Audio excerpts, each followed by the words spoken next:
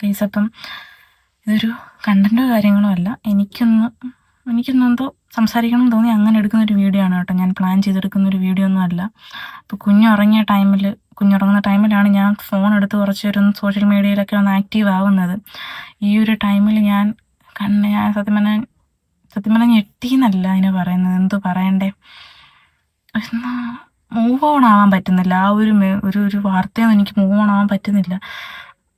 ആദ്യത്തെ ന്യൂസ് ഞാൻ കണ്ടത് ഒരു കുഞ്ഞ് ചോറ് തൊണ്ടയിൽ കുടുങ്ങിയ കുഞ്ഞ് മരിച്ചു എന്നാണ് കണ്ടത്. പക്ഷെ പിന്നീട് അതിനെ അമ്മയും രണ്ടാനച്ഛനും കൂടി കൊന്നെന്നൊക്കെ പറഞ്ഞ് അതിൻ്റെ ഓരോരോ ന്യൂസുകൾ. ആ കുഞ്ഞ് സത്യം പറഞ്ഞാൽ എനിക്ക് ഈ റൂമിനകത്തിരുന്ന് എനിക്ക് ഈ വീഡിയോ എടുക്കാൻ എനിക്ക് പറ്റത്തില്ല. അല്ലെങ്കിൽ ആ അമ്മേനെയും കുഞ്ചുവിനെയും നടുക്ക് പിടിച്ചിരുത്തി എനിക്കിത് ഈ വീഡിയോ എടുക്കാൻ എനിക്ക് പറ്റത്തില്ല. ഒന്നാമത്തെ കാര്യം ഇതൊരു കണ്ടന്റ് അല്ല. ഞങ്ങൾക്ക് വേണ്ടി ഞങ്ങളുടെ യൂട്യൂബിൽ അപ്ലോഡ് ചെയ്യണം എന്ന് ഞാൻ മനസ്സാവാച ഇങ്ങനത്തെ സംഭവങ്ങളൊന്നും റിയാക്ഷൻ വീഡിയോ അല്ലെങ്കിൽ ഇങ്ങനെയൊന്നും എന്തെങ്കിലും ഒരു വാർത്ത അതിനെ റിയാക്ട് ചെയ്തുകൊണ്ട് ഒരു സംഭവം എടുക്കണം അങ്ങനെയൊന്നും ചെയ്തതല്ല. നമ്മൾ മനുഷ്യരാണ്. നമുക്ക് അങ്ങോട്ടും ഇങ്ങോട്ടും ശത്രുത, കാര്യങ്ങൾ, ദേഷ്യം, വഴക്ക് എല്ലാം നമുക്ക് വരും. പക്ഷെ നമ്മുടെ അതേ പ്രായമല്ലേ, നമ്മളെക്കാളും മുതിർന്നവരുടെ അടുത്ത് നമ്മൾ കാണിക്കും, സ്വാഭാവികം. പക്ഷെ ഒന്നും അറിയാത്ത ഈ ലോകത്ത് ഒരു തെറ്റും ചെയ്യാത്ത നിഷ്കളങ്കത എന്ന് എന്നോട് ചോദിച്ചാൽ ഞാൻ പറയും അതൊരു കുഞ്ഞാണ്.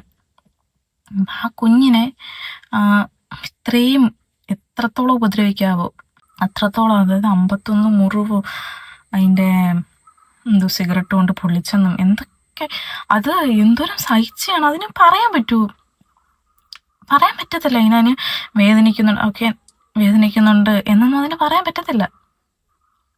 2 ദിവസമല്ല, ഇന്നലെ എൻ്റെ കുഞ്ഞ് സോഫയിൽ ഇങ്ങനെ പിടിച്ച് എണീറ്റ് ഇങ്ങനെ നടക്കാൻ ശ്രമിക്കുകയാണ്. ആ ടൈമിൽ അവൻ വീഴുന്നുണ്ട്. അവൻ ഇങ്ങനെ സോഫയിൽ പിടിച്ചിട്ട് താഴോട്ട് ഇങ്ങനെ ഇരിക്കുന്നുണ്ട്. പക്ഷേ എൻ്റെ മുന്നിൽ വെച്ചിട്ടാണ് അവൻ ഇരിക്കുന്നത്. എന്നിട്ട് പോലും എനിക്കത് സഹിക്കാൻ പറ്റാതെ ഞാൻ പോയി പിടിക്കുമ്പം എൻ്റെ അമ്മ എൻ്റെ ആങ്ങളെ എന്നെ വഴക്ക് പറയണം. അവൻ അങ്ങനെ നടന്നാലേ, അങ്ങനെ പിടിച്ച് കയറി നിന്നാലേ അവന് നടക്കാൻ പറ്റത്തുള്ളൂ, അവൻ്റെ കാലിന് ബലം കിട്ടത്തുള്ളൂ. അവൻ അങ്ങനെ വീണാണ് എല്ലാ പിള്ളേരും പഠിക്കുന്നത്.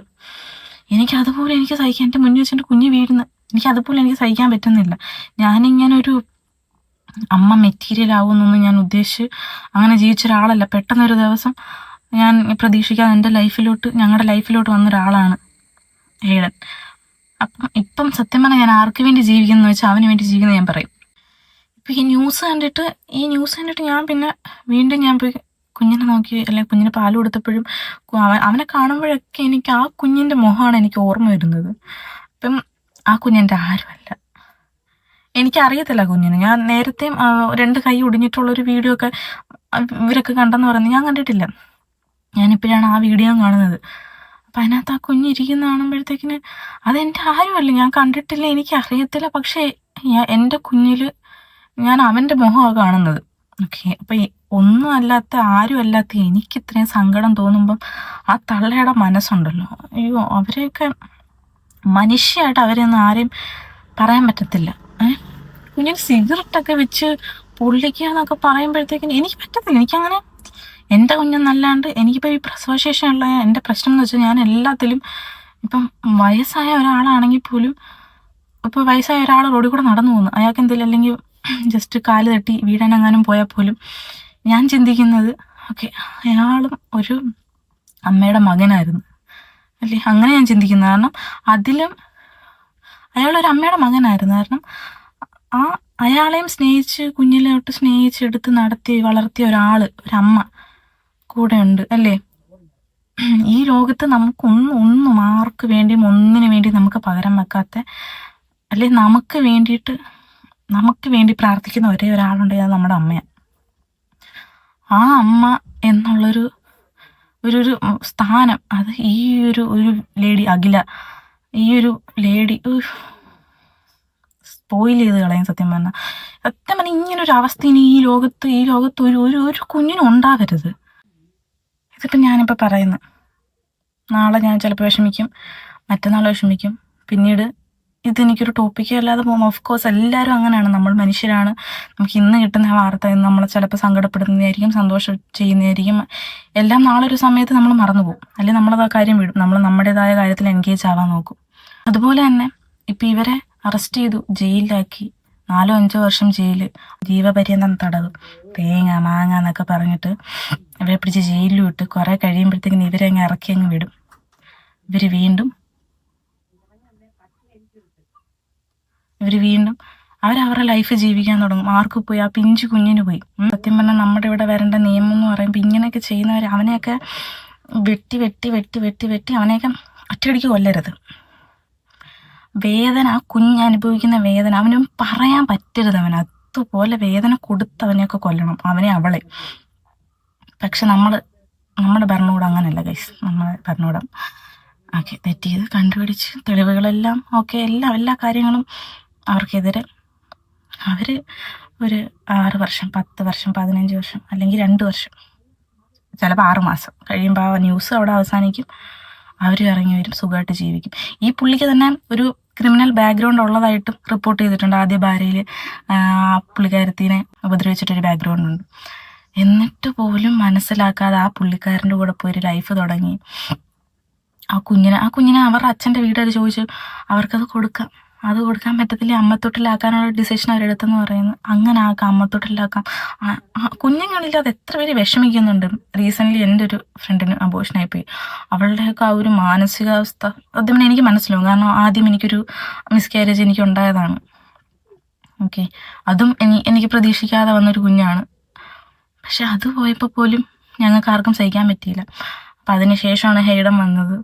അവൻ്റെ ഒരു മുഖം വാടിയാൽ പോലും എനിക്ക് സഹിക്കാൻ പറ്റത്തില്ല. ഒരു 3-4 ദിവസം മുന്നേ അവൻ നൈറ്റ് ഒട്ടും ഉറക്കമില്ലാണ്ട് ഭയങ്കര കരച്ചിൽ. കുഞ്ഞുങ്ങൾക്ക് വേദന വരുന്നു, അല്ലെങ്കിൽ എനിക്ക് വയറുവേദന എടുക്കുന്നു, ഗ്യാസ് കയറിയിട്ട് പ്രശ്നമുണ്ട് എന്ന് പറയാൻ പറ്റുമോ?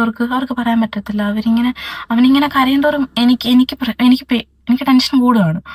അപ്പം ആ കുഞ്ഞതെന്തോരം അത് നമ്മൾ അത് ഏറ്റവും കൂടുതൽ ആശ്രയിക്കുന്ന, അല്ലെങ്കിൽ എന്നെ സംരക്ഷിക്കും, എന്നെ സേഫാക്കി വെക്കുന്ന ഒരു പ്ലേസ് എൻ്റെ അമ്മയാണ്. കാരണം എനിക്കറിയാം ഹൈഡൻ ഇപ്പോൾ കുറേ നേരം എന്നെ കാണാതിരിക്കുമ്പോഴും, ഒരു 10 മിനിറ്റ് അല്ലെങ്കിൽ ഒരു 5 മിനിറ്റ് കാണാതിരിക്കുമ്പോൾ പോലും അവൻ പിന്നീട് എന്നെ കാണുമ്പോൾ അവൻ്റെ ആ മുഖത്ത് സന്തോഷം കാണുമ്പോൾ എനിക്ക് വേറെ ഒന്നും ഈ ലോകത്തിന് വേണ്ട എന്ന് തോന്നും. അവൻ എന്നെ കാണുമ്പോൾ കാണിക്കുന്ന ആ ഒരു എക്സ്പ്രഷനുണ്ട്. കുറേ നേരം എന്നെ കാണാതിരുന്നിട്ട് അപ്പം എനിക്ക് മനസ്സിലാവും. ഇപ്പം പ്രസൻ്റ്ലി കുറേ കഴിയുമ്പോഴത്തേക്കിനും അവൻ്റെ പ്രൈവസി കാര്യങ്ങൾ അവൻ വളരുമ്പോൾ. പക്ഷെ ഇപ്പോൾ അവൻ്റെ സേഫസ്റ്റ് പ്ലേസ് എന്ന് പറയുന്നത്, അല്ലെങ്കിൽ അവനെ ഹാപ്പി ആക്കുന്ന സേഫസ്റ്റ് പേഴ്സൺ എന്ന് പറയുന്നത് ഞാനാണ്. അതിനെനിക്ക് 120% എനിക്ക് ഉറപ്പുണ്ട്, അത് ഞാൻ മാത്രം. അപ്പം അങ്ങനെ ആ ഒരു സേഫസ്റ്റ് പ്ലേസ് ആവണ്ട, അല്ലെങ്കിൽ ഒരു സംരക്ഷണത്തിൻ്റെ ആ ഒരു അമ്മ എന്ന് പറഞ്ഞാലേ തണലാണ്. അത് ആവണ്ട. ആ ഒരു സ്ത്രീ അതിന് കൂട്ട് നിന്നിട്ട് ആ ഒരു പിഞ്ചു കുഞ്ഞിനെ അങ്ങനെയൊക്കെ കാണിക്കുക എന്നൊക്കെ പറഞ്ഞിട്ടുണ്ടല്ലോ. അതിൻ്റെ 2 കൈ ഒടിഞ്ഞിരുന്നിട്ട് നമുക്ക് ആ വീഡിയോ കണ്ടിരിക്കാൻ പറ്റത്തില്ല. അതിൻ്റെ ആ വീഡിയോ അതിൻ്റെ മുഖത്തൊരു ചിരിയില്ല. അതിങ്ങനെ ഇരിക്കുമ്പോഴത്തേക്കിന് എനിക്ക് പറയാനുള്ളത്, നമുക്ക് വളർത്താൻ പറ്റത്തില്ലേ, നമ്മൾ ഉണ്ടാക്കാൻ പോകരുത്. 2 പേരും വേണം. ഒരു കുഞ്ഞെന്നുള്ള രീതിയിൽ, അല്ലെങ്കിൽ ഒരു കുഞ്ഞ് വളരുന്നു, അതിന് അച്ഛനും വേണം അമ്മയും വേണം. 2 ഭാഗത്തുനിന്നും അവർക്ക് സ്നേഹവും സംരക്ഷണവും എല്ലാം വേണം. നമ്മളൊരു പുതിയ ജീവൻ നമ്മൾ ഈ ലോകത്ത് കൊണ്ടുവരികയാണ്. ആ പുതിയ ജീവൻ്റെ എല്ലാ ഉത്തരവാദിത്തങ്ങളും നമ്മൾ ഏറ്റെടുക്കണം, ഇല്ലെങ്കിൽ ആ പണിക്ക് പോകരുത്. ഇന്ന് എൻ്റെ കുഞ്ഞ് ഈ ഭൂമിയിൽ ഇത്ര ആരോഗ്യത്തോടെയും സ്നേഹത്തോടെയും പരിചരണത്തോടെ ഇരിക്കുന്നുണ്ടെങ്കിൽ അതെൻ്റെ ഉത്തരവാദിത്വം കൂടുകയാണ്. ഞാൻ ചെയ്യേണ്ട കാര്യങ്ങളാണത്. എന്തൊക്കെയോ ഞാൻ പറയുന്നുണ്ട്. ആക്ച്വലി പറയാൻ വരുന്നത് എനിക്ക് അങ്ങോട്ട് പോയിന്റ് ഇട്ട് ഇത് പറയാൻ പറ്റുന്നില്ല. എന്തെന്നല്ല ഞാൻ പറയാൻ ഉദ്ദേശിച്ചിരുന്നത്, പക്ഷെ ഒന്നും പറ്റുന്നില്ല.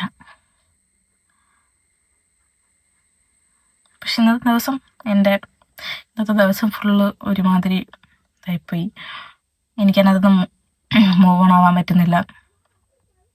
അവരുടെ അടുത്തൊക്കെ ഞാൻ ചിരിച്ച് കളിച്ച് നിൽക്കുന്നുണ്ട്. പക്ഷെ എനിക്ക് അമ്മയുടെ പോലും ഈ ന്യൂസ് പറയുമ്പോൾ പോലും ഈ ന്യൂസ് അമ്മയുടെ അടുത്ത് ഇങ്ങനെ പറയുന്നുണ്ട്, പക്ഷെ അമ്മയുടെ മുഖത്തൊക്കെ ഞാൻ പറയുന്നില്ല. കാരണം എനിക്ക് പറയാൻ പറ്റുന്നില്ല. ഇങ്ങനെയും ആളുകളുണ്ട് എന്ന് അവനെയൊന്നും വെറുതെ വിടരുത്.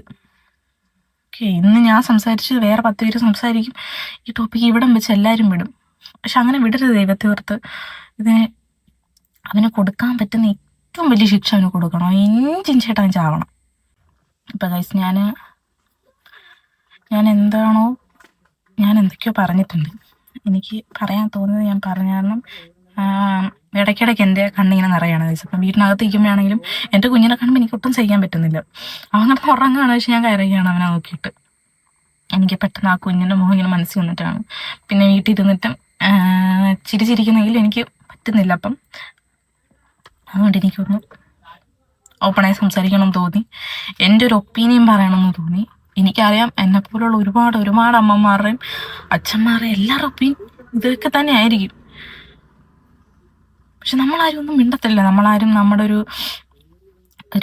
എന്താ പറയുക അഭിപ്രായം നമ്മളാരും പറയാൻ ഞാൻ ഇതുവരെ ഒരു സിനിമ അല്ലെങ്കിൽ ഒരാളുടെ അല്ലെങ്കിൽ ഒരു വാർത്ത അതിനെപ്പറ്റി ഞാനൊരു എന്താ പറയുക ഒരു റിവ്യൂ പറഞ്ഞ് അങ്ങനെ നിൽക്കുന്ന ഒരാളല്ല. നിങ്ങൾക്ക് എൻ്റെ യൂട്യൂബ് ചാനൽ നോക്കുമ്പോൾ തന്നെ അറിയാം, ഞങ്ങളങ്ങനെ ഇതുവരെ ഒരു റിവ്യൂ കാര്യങ്ങളൊന്നും പറഞ്ഞിട്ടില്ല. ആകെ ഞങ്ങൾ എന്നും ഒരേ ഡ്രസ്സാണ് ഇടുന്നത് എന്നൊക്കെ പറഞ്ഞിട്ട്, ഒരേ ഡ്രസ്സിട്ടാണ് വീഡിയോ എടുക്കുന്നത് എന്നൊക്കെ പറഞ്ഞിട്ട് ഒരാൾ വന്നിട്ടുണ്ടായിരുന്നു. അപ്പം അങ്ങനെ അവർക്കെതിരെ അവരുടെ മെസ്സേജിനെതിരെ ജസ്റ്റ് ഒരു റിവ്യൂ നമ്മൾ പറഞ്ഞല്ലാണ്ട് ഞങ്ങൾ ഇതുവരെ വേറൊരുത്തിനും ഞാൻ ഒരു വാർത്തയ്ക്കും ഒന്നിനും പറഞ്ഞിട്ടില്ല. പക്ഷേ ഇതൊരു വാർത്തയല്ല, ഇത് വല്ലാത്തൊരു ഫീലായിപ്പോയി. ആക്ച്വലി എൻ്റെ എന്താ പറയുന്നത് ഒരു ഹെവി ഫീലായിട്ട് ഇങ്ങനെ നിൽക്കുമായിരുന്നു. അതുകൊണ്ടാണ് ഞാനിപ്പോൾ ഇത് പറഞ്ഞത്. ഇനിയിപ്പോൾ ആ കുഞ്ഞിന് വേണ്ടി പ്രാർത്ഥിച്ചിട്ട് കാര്യമില്ല. കുഞ്ഞിൻ്റെ ജീവനും കൊണ്ട് പോയി. അപ്പം ഇനിയിപ്പോൾ ആ കുഞ്ഞിന് വേണ്ടിയിട്ട് ഞാൻ പ്രാർത്ഥിച്ചിട്ട് ഒരു കാര്യമില്ല. പക്ഷെ അതിനെ ഇങ്ങനെ ഓർക്കുമ്പോൾ അതെന്തോരം നരകിച്ച് പറയാൻ പോലും പറ്റാണ്ടത് എന്തോരം നരകിച്ചെന്ന് എനിക്ക് വീണ്ടും പോലും പയ്യ. ഓക്കെ, അപ്പം അത്രയേ ഉള്ളൂ. ശരി, എന്നാൽ വേറൊരു വീഡിയോ കാണുന്നതാണ്. ബൈ.